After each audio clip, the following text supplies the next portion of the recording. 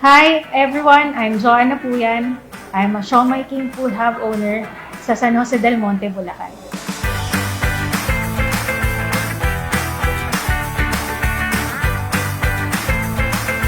Actually, up until now, I'm employed. Isa akong mechanical engineering graduate, senior project manager sa isang global real estate company. During pandemic kasi, ni-launch yung online franchisee. Nag-avail po ako ng online franchise ng Siomai King. Binebenta ko po online and offline yung mga products ng Siomai King.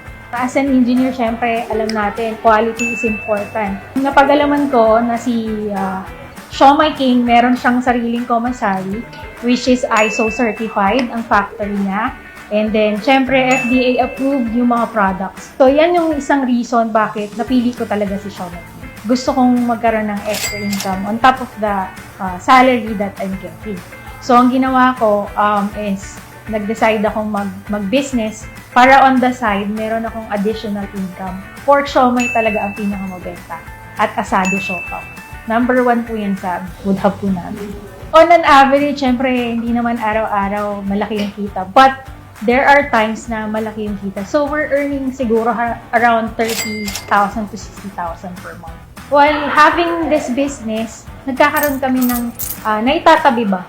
And then, meron po kaming extra income na pinanggagastos during kung gusto namin umalis, mag-travel. Sa pagbe-business, nakakuha kami ng bahay sa Bulacan. Isa sa mga naging achievement ko na kahit pandemic, nakalipat kami dun sa bahay. With the company's marketing, hindi ko na kasi kailangang i-market siya kasi kilala na siya. So makikita mo siya, may mga billboards. So wala ka ng problema na i-market mo pa yung products mo kasi kilala na siya ng tao. Dito kasi sa Siomai, weekly, makukuha mo agad yung income eh. So, yun yung maganda doon kasi weekly meron ka talagang kikitain. Mapapayo ko sa gustong mag-food hub business, go for it. Mag-start ka na ngayon para at least maaga pa lang makapag-establish ka na ng extra income na pwede mong ipunin.